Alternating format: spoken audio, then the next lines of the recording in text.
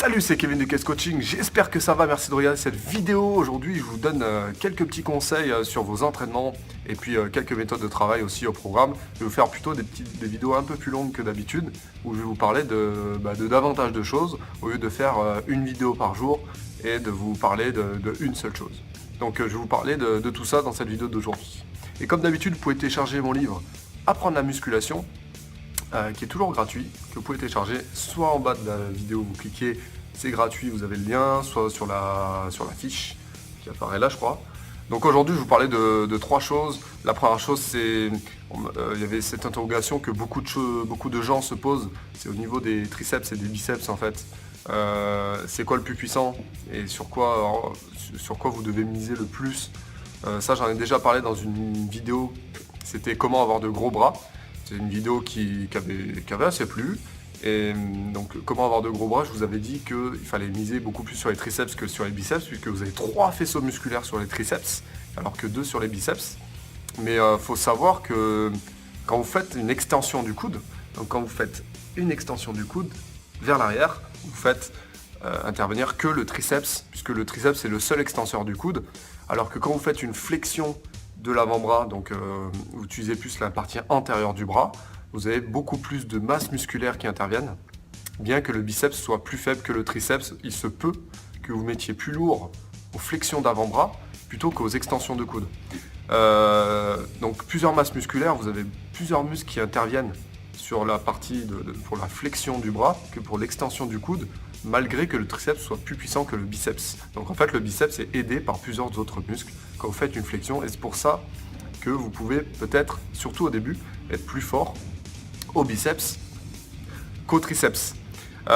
Mais ça, normalement, si vous travaillez bien, vous devriez combler justement cet écart, ce déficit. Moi, au début, j'étais beaucoup plus fort pour la flexion du coude, pour des exercices de biceps, plutôt que des exercices de triceps.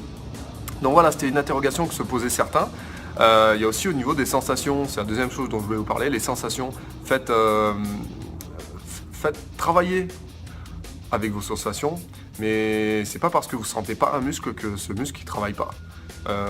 Pourquoi ? Parce que tout simplement les facteurs nerveux, la force du muscle, il y a beaucoup de choses qui interviennent quand vous essayez de travailler un muscle en musculation. Par exemple, si vous travaillez les épaules. Moi je sais que j'ai jamais de courbature aux épaules.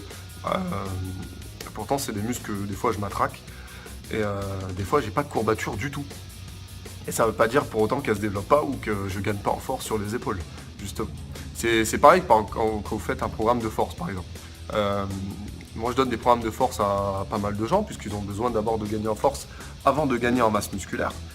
Et ces gens-là me disent ouais mais Kevin je sens rien du tout, je sens pas mon muscle. C'est normal puisque en force vous faites pas intervenir de brûlure, mais ça j'en parlais déjà dans une autre vidéo. Et ça ne veut pas dire que ça ne travaille pas du coup, puisque vous travaillez complètement vos muscles, vous travaillez aussi votre système nerveux, votre tissu conjonctif, donc c'est les enveloppes musculaires. Donc au niveau des sensations, quand vous êtes en musculation, ça c'est la même chose que les courbatures, d'ailleurs je vous en parlais des courbatures. Les sensations ne sont pas obligatoirement les plus importantes quand vous faites un exercice. Apprenez d'abord le mouvement, soit votre coach vous apprend les bons exercices, ou soit vous les regardez sur internet, ou soit sur ma chaîne, des fois je mets quelques exercices. Mais c'est l'amplitude au mouvement complet qui va faire que vous allez travailler évidemment plus le muscle. Les sensations, je dis pas que c'est pas primordial, je dis pas que c'est pas important, je veux dire. Mais c'est pas tout le temps, à 100% du temps, le plus important.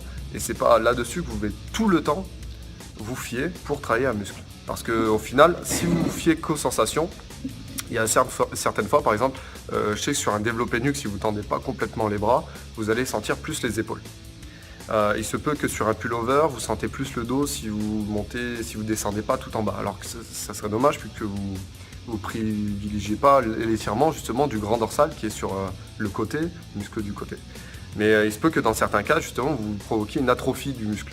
Donc ce muscle va rester atrophié, c'est-à-dire tonique.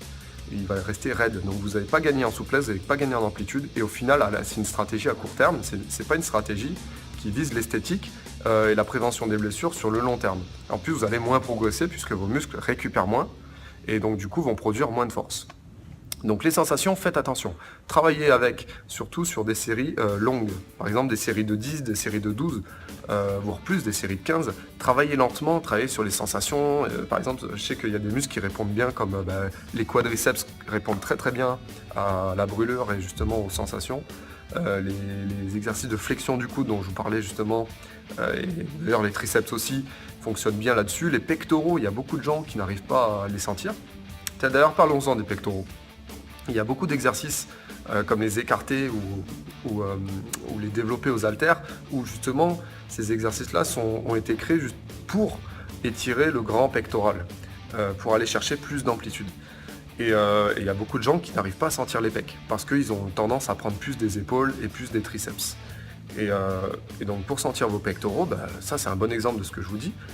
Pour sentir les pectoraux, il n'y a pas de sensation, donc on ne peut pas savoir si le pec travaille ou pas. Donc il va falloir s'appliquer davantage. Et là, cette fois-ci, même si vous n'avez pas de sensation, il va falloir aller la chercher. Parce que le fait que vous, cette fois, sentiez le muscle travailler sur des muscles que normalement vous n'avez pas l'habitude de sentir, ça va être bon signe sur le fait que déjà vous travaillez bien, et en plus vous allez chercher des fibres musculaires qui avant ne travaillaient pas. Donc c'est même plus un effort. C'est des sensations que vous allez sentir sur des efforts qui techniquement vont devenir mieux qu'avant. Et ça, je le préconise à tous ceux qui, par exemple, ont des grosses épaules et qui ont du mal à prendre au niveau des pectoraux. Parce que c'est soit on a des gros pectoraux et souvent on a des bras qui sont assez fins et des épaules qui ont du mal à prendre, soit c'est l'inverse et on a une cage thoracique qui est quand même un peu plus étroite avec une large largeur d'épaule finalement. Donc voilà, et puis c'est pareil au niveau des courbatures. Si vous n'avez pas de courbature, c'est pas parce que vous n'avez pas de courbature que vos muscles ne bossent pas. Les courbatures, je peux vous en donner quand vous voulez. Si je vous fais une grosse séance d'étirement, par exemple, une séance de stretching, où vous allez chercher des amplitudes de malade, un grand écart, alors que vous êtes raide, là vous allez avoir des grosses courbatures. Vous n'allez même plus pouvoir vous asseoir, même plus pouvoir marcher. Et les courbatures, c'est pas forcément gage. J'ai écrit d'ailleurs un petit texte là-dessus sur ma page Facebook. Si vous voulez accéder à ma page Facebook, cliquez en bas sur le lien. Et j'en parlais justement dans un court article, je disais que les courbatures, c'était pas forcément gage d'un bon entraînement. En tout cas, pas dans la majorité des cas. Parce que forcément, quand vous avez des courbatures après un entraînement de musculation, ça veut dire que d'une part, vos muscles ne sont pas habitués justement à cette contrainte, cette nouvelle charge de travail que vous leur donnez. Ils ne sont pas habitués au poids, ou alors ne sont pas habitués aux amplitudes.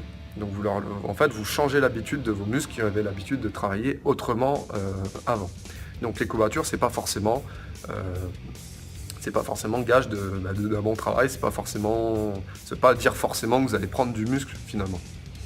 Et d'ailleurs au niveau des courbatures, si vous en avez énormément, n'accentuez pas les courbatures en vous étirant, parce que quand vous étirez, les courbatures c'est des micro-lésions du muscle, donc si vous étirez, vous allez accentuer justement les courbatures. C'est comme si vous prenez un élastique et vous mettez plusieurs entailles sur cet élastique, et que quand vous tirez, vous allez accentuer justement les entailles, vous allez les élargir, et pour reconstruire ensuite le muscle, ça prendra davantage de temps. Et c'est la reconstruction musculaire qui vous fait prendre du muscle. C'est pas forcément les courbatures. Et il y a beaucoup de gens d'ailleurs qui commencent la musculation, qui ont des grosses courbatures et puis après ils ne viennent plus. Ça c'est autre chose, c'est un gage de démotivation. Donc voilà pour ces choses d'aujourd'hui. Nouveau format de vidéo, un peu plus long que d'habitude, mais un peu plus condensé. Je vous parle d'un peu plus de choses. Je vais essayer d'axer plus sur des choses qui vous apprennent vraiment la profondeur, qui vous apprennent vraiment les bonnes techniques, les bons mouvements, les bonnes choses à faire pour bien récupérer. On est plus aussi sur la prévention des blessures. On est vraiment sur tout ce qu'il y a autour de votre entraînement et puis des techniques que vous ne connaissez pas forcément, que peut-être vos coachs ne vous suivent pas. Donc voilà, j'essaye d'axer plus ma chaîne YouTube là-dessus.